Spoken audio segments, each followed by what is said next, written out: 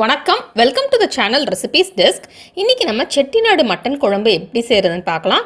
இதில் நம்ம ஃப்ரெஷ்ஷாக செட்டிநாடு மசாலா ப்ரிப்பேர் பண்ணி இந்த குழம்புக்கு சேர்ப்போம். அந்த டேஸ்ட் ரொம்பவே நல்லாயிருக்கும். இந்த குழம்பு சாதம், இட்லி, தோசை, பூரி, சப்பாத்தி, பரோட்டாவோட வச்சு சாப்பிட்றதுக்கு ரொம்ப நல்லாயிருக்கும். ஃபஸ்ட் இதுக்கு என்னென்ன பொருட்கள் தேவைன்னு பார்த்துட்டு எப்படி செய்கிறது அப்படின்றது இந்த வீடியோவில் பார்க்கலாம். தேவையான பொருட்கள்: 1 கப் நறுக்கி வச்சுருக்கிற பெரிய வெங்காயம், 1 கப் நறுக்கி வச்சிருக்கிற சின்ன வெங்காயம்,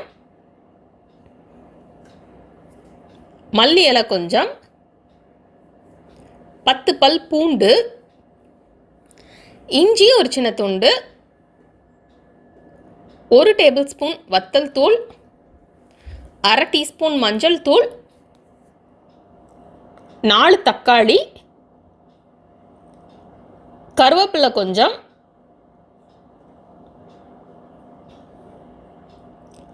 1 கிலோ மட்டன். இதை நல்லா கழுவிட்டு உப்பு மஞ்சத்தூள் சேர்த்து மிக்ஸ் பண்ணி வச்சிடலாம். 2 அன்னாச்சி பூ, 3 கிராம்பு, 3 சின்ன துண்டு பட்டை, 3 ஏலக்காய், 1/4 டீஸ்பூன் கசகசா, ஒரு பெரிய துண்டு தேங்காய், 1 டேபிள் ஸ்பூன் சீரகம், 1 டேபிள் ஸ்பூன் சோம்பு, 3/4 டேபிள் ஸ்பூன் மிளகு, 10 சிகப்பு வத்தல், 2 டேபிள் ஸ்பூன் மல்லி,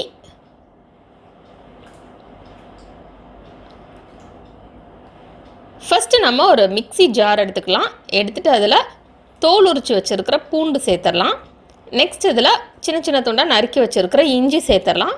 இப்போ இதை நம்ம ஒரு பேஸ்ட்டாக அரைச்சி எடுத்து வச்சுக்கலாம். நெக்ஸ்ட்டு நம்ம இந்த செட்டிநாடு மசாலா ப்ரிப்பேர் பண்ணிடலாம். இதுக்கு ஒரு கடாய் எடுத்துக்கலாம். இப்போ நம்ம ட்ரை ஃப்ரை பண்ண போகிறோம். இதுக்கு எண்ணெய் எதுவுமே சேர்க்க தேவையில்லை. ஃபஸ்ட் இதில் மல்லி சேர்த்துடலாம். சேர்த்துட்டு நல்லா லோ ஃப்ளேமில் வச்சு ஃப்ரை பண்ணணும். லேசாக இந்த மல்லி வந்து கலர் சேஞ்ச் ஆகணும். அது வரைக்கும் நம்ம இதை ஃப்ரை பண்ணணும்.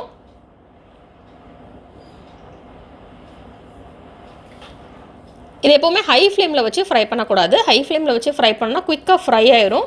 ஆனால் அந்த பச்சை வாசனை இருந்துகிட்டே இருக்கும். அதனால் நல்லா லோ ஃப்ளேமில் வச்சு ஃப்ரை பண்ணலாம். இதை ஃப்ரை பண்ணிகிட்டு இருக்கிறப்ப நம்ம மசாலா வந்து தீஞ்சிடாமல் பார்த்துக்கணும். அப்புறம் ஒரு கசப்பான டேஸ்ட் குழம்புல வர ஆரம்பிச்சிடும். அதனால் இந்த இன்க்ரீடியன்ஸ் எல்லாமே தீஞ்சு போகிறதுக்குனால நம்ம வந்து நெக்ஸ்ட்டு சேர்த்துட்டே இருக்கணும். லேசாக மல்லி கலர் சேஞ்ச் ஆனதுக்கப்புறம் நம்ம இதில் சீரகம், சோம்பு, மிளகு சேர்த்து அதை லோ ஃப்ளேமில் வச்சு ஃப்ரை பண்ணிக்கலாம். அது லேசாக ஃப்ரை ஆனதுக்கப்புறம் அன்னாச்சி பூ, பட்டை, ஏலக்காய், கிராம்பு, கசகசா சேர்த்து ஃப்ரை பண்ணிடலாம்.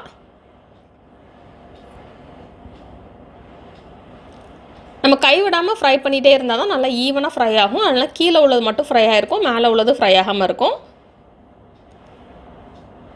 அதனால் நம்ம ஃப்ரை பண்ணிகிட்டே இருக்கலாம்.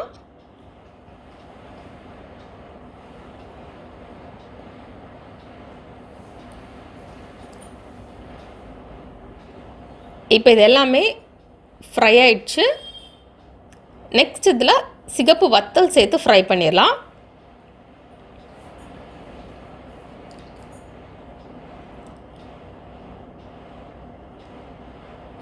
வத்தல் நல்லா மொறுமொறுன்னு ஆகட்டும். அது வரைக்கும் நம்ம இதை ஃப்ரை பண்ணிக்கலாம்.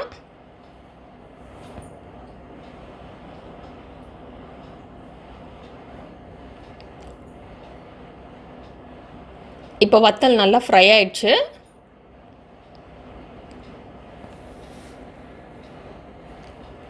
நெக்ஸ்ட் இதில் நம்ம ஒரு பெரிய துண்டு தேங்காய் வச்சுருந்தாலும் அதை வந்து நம்ம மிக்ஸி ஜாரில் லேசாக ஒரு சுற்றி சேர்த்துடலாம். இல்லைனா நீங்கள் தேங்காய் துருவல் வச்சுருந்தீங்க அப்படின்னா 5லேருந்து 6 டேபிள் ஸ்பூன் வரைக்கும் தேங்காய் துருவல் சேர்த்துக்கோங்க. சேர்த்துட்டு இதை நல்லா லோ ஃப்ளேமில் வச்சு ஃப்ரை பண்ணிடலாம். தேங்காய் லேசாக சிவக்கட்டும். அது வரைக்கும் ஃப்ரை பண்ணிவிட்டு இதை ஆற விட்டுறலாம். இது ஆறினதுக்கப்புறம் இதை நம்ம ஒரு மிக்ஸி ஜாரில் எடுத்து அரைச்சிடலாம். அது ஆறிட்டு இருக்கட்டும். அதுக்குள்ளே நம்ம ஒரு ப்ரெஷர் குக்கர் எடுத்துக்கலாம். எடுத்துகிட்டு அதில் 5-6 டேபிள் ஸ்பூன் எண்ணெய் சேர்த்துக்கிடலாம். நான் இதில் கடலெண்ணெய் சேர்த்துருக்கேன். கடலெண்ணெயில் வந்து நம்ம குழம்பு செய்கிறப்போ அந்த ஃப்ளேவர் நல்லாயிருக்கும். நெக்ஸ்ட் இதில் நம்ம கருவேப்பிலை சேர்த்துடலாம். இப்போ இதில் நம்ம நறுக்கி வச்சுருக்கிற பெரிய வெங்காயம் சேர்த்துடலாம். நெக்ஸ்ட் இதில் நறுக்கி வச்சுருக்கிற சின்ன வெங்காயம் சேர்த்துடலாம். சேர்த்துட்டு இப்போ வெங்காயம் ப்ரௌன் கலர் ஆகட்டும், அது வரைக்கும் நம்ம இதை ஃப்ரை பண்ணிடலாம்.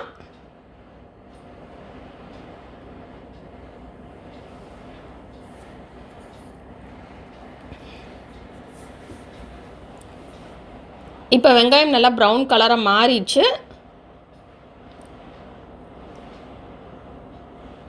நெக்ஸ்ட் இதில் நம்ம அரைச்சி வச்சுருந்த அந்த இஞ்சி பூண்டு விழுது சேர்த்துடலாம். சேர்த்துட்டு இதை நல்லா வெங்காயத்தோடு மிக்ஸ் பண்ணிடலாம். ஃப்ரெஷ்ஷாக அரைச்ச இஞ்சி பூண்டு விழுது சேர்த்தா அந்த ஃப்ளேவர் டேஸ்ட் நல்லாயிருக்கும். நீங்கள் ரெடிமேடாக யூஸ் பண்ணுற இஞ்சி பூண்டு விழுது யூஸ் பண்ணுறதா இருந்தால் நீங்கள் 2 டீஸ்பூன் சேர்த்துக்கோங்க. இப்போ இது வெங்காயத்தோட நல்லா மிக்ஸ் ஆகட்டும், அந்த பச்சை வாசனை லேசாக போகட்டும், அது வரைக்கும் நம்ம இதை மிக்ஸ் பண்ணிடலாம். நெக்ஸ்ட் இதில் சின்ன சின்ன துண்டாக நறுக்கி வச்சுருக்கிற தக்காளி சேர்த்துடலாம்.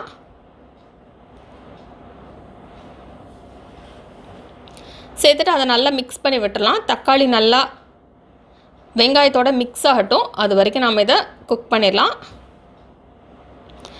அப்பப்போ மிக்ஸ் பண்ணி விட்டாலே போதும், அடி பிடிக்காமல் இருக்கிறதுக்கு. தக்காளி நல்லா மிக்ஸ் ஆனதுக்கப்புறம் நம்ம நெக்ஸ்ட் ஸ்டெப் போகலாம். தக்காளியில் இருக்கிற அந்த பச்சை வாசனையெல்லாம் போகணும். இப்போ நம்ம டிஷ்ஷுக்கு தேவையான உப்பு சேர்த்துடலாம். உப்பு சேர்த்துட்டோன்னா தக்காளி வந்து குயிக்காக ஃப்ரை ஆயிரும்.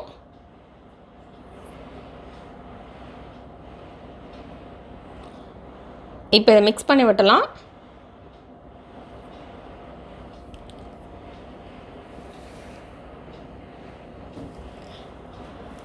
இப்போ தக்காளி குக் ஆகிட்டு இருக்கட்டும், அதுக்குள்ளே நம்ம இந்த மசாலாவை அரைச்சிடலாம். இது நல்லா ஆறிடுச்சு. இப்போ இது மிக்ஸி ஜாரில் சேர்த்து கொஞ்சமாக தண்ணி விட்டு நல்லா இப்படி ஒரு பேஸ்ட்டாக அரைச்சி எடுத்து வச்சுக்கலாம்.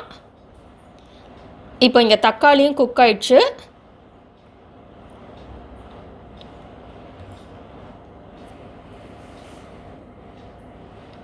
நெக்ஸ்ட் இதில் நம்ம அரைச்சி வச்சுருந்தா அந்த பேஸ்ட் சேர்த்துடலாம்.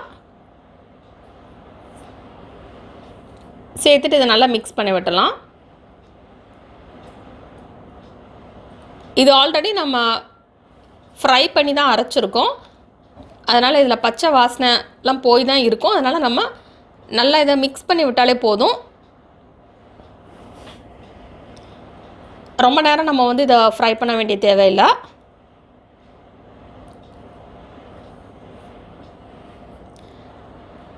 இதை மிக்ஸ் பண்ணிவிட்டு நெக்ஸ்ட் இதில் வத்தல் தூள், மஞ்சள் தூள் சேர்த்து மிக்ஸ் பண்ணிடலாம். ஆல்ரெடி நம்ம வத்தல் வந்து அரைச்சிருக்கோம், அதனால் உங்களுக்கு எவ்வளோ காரம் தேவை நீங்கள் அதுக்கேற்ற மாதிரி போட்டுக்கோங்க. இதில் வந்து நம்ம காரம் இந்த மாதிரி அளவு சேர்த்திங்கன்னா ரொம்பவே கரெக்டாக இருக்கும். நீங்கள் கூடுதலாக வேணும்னா நீங்கள் கூடுதலாக சேர்த்துக்கலாம். நெக்ஸ்ட் இதில் நம்ம வாஷ் பண்ணி உப்பு, மஞ்சள் தூள் சேர்த்து மிக்ஸ் பண்ணி வச்சுருக்கிற கறி சேர்த்துடலாம். இந்த மட்டனை சேர்த்துட்டு நல்லா மிக்ஸ் பண்ணி விட்டுடலாம் அந்த மசாலாவோட.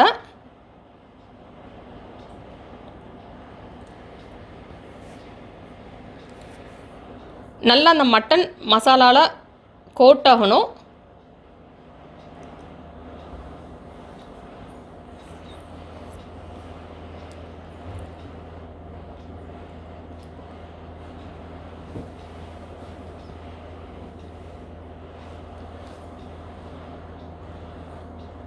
இப்போ இதை நல்லா மிக்ஸ் பண்ணியாச்சு.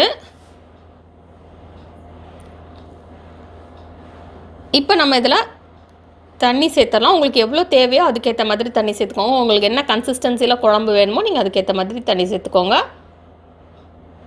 நான் இதில் இப்போ 2 கப் தண்ணி சேர்த்துருக்கேன். தண்ணி சேர்த்துட்டு இதை நல்லா மிக்ஸ் பண்ணி விட்டலாம்.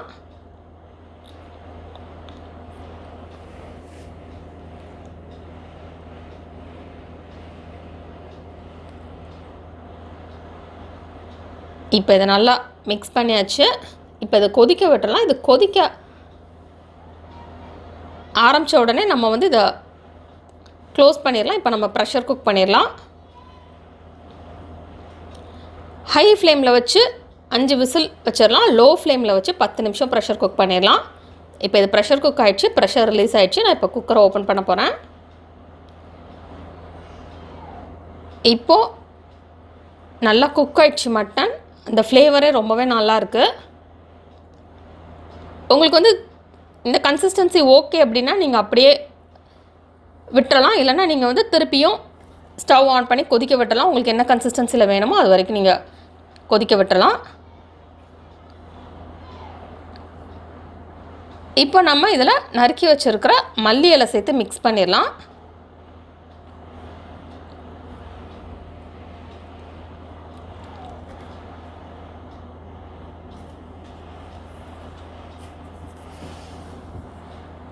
இப்போ நமக்கு சுவையான செட்டிநாடு மட்டன் குழம்பு ரெடி ஆயிடுச்சு. இதை வந்து சாதம், இட்லி, தோசை, பூரி, சப்பாத்தி, பரோட்டாவோட வச்சு சாப்பிட்லாம். இந்த டேஸ்ட் ரொம்ப நல்லாயிருக்கும். இந்த ரெசிபி நீங்கள் வீட்டில் ட்ரை பண்ணி பாருங்கள். இந்த ரெசிபி உங்களுக்கு பிடிச்சிருந்தா நான் லைக் பட்டன் கிளிக் பண்ணுங்கள். உங்கள் ஃப்ரெண்ட்ஸோட இந்த ரெசிபியை ஷேர் பண்ணுங்கள். மறக்காம இந்த சேனலுக்கு சப்ஸ்கிரைப் பண்ணிவிட்டு பக்கத்தில் இருக்கிற பெல் ஐக்கானை ப்ரெஸ் பண்ணிக்கோங்க. அப்போ தான் நானுமே போடுற வீடியோஸ் எல்லாமே உங்களுக்கு உடனுக்குடன் கிடைக்கும். அதேமாதிரி மிஸ் பண்ணாமல் இன்ஸ்டண்ட்டாக பார்க்க முடியும். இந்த ரெசிபியை பார்த்ததுக்கு ரொம்ப நன்றி. தொடர்ந்து இந்த சேனலோட இணைந்திருங்கள் புதிய புதிய ரெசிபிகளுக்காக. இந்த ரெசிபி ட்ரை பண்ணிவிட்டு எப்படி வந்திருக்கு அப்படின்றத கீழே உள்ள கமெண்ட்ஸ் பாக்ஸில் சொல்லுங்கள்.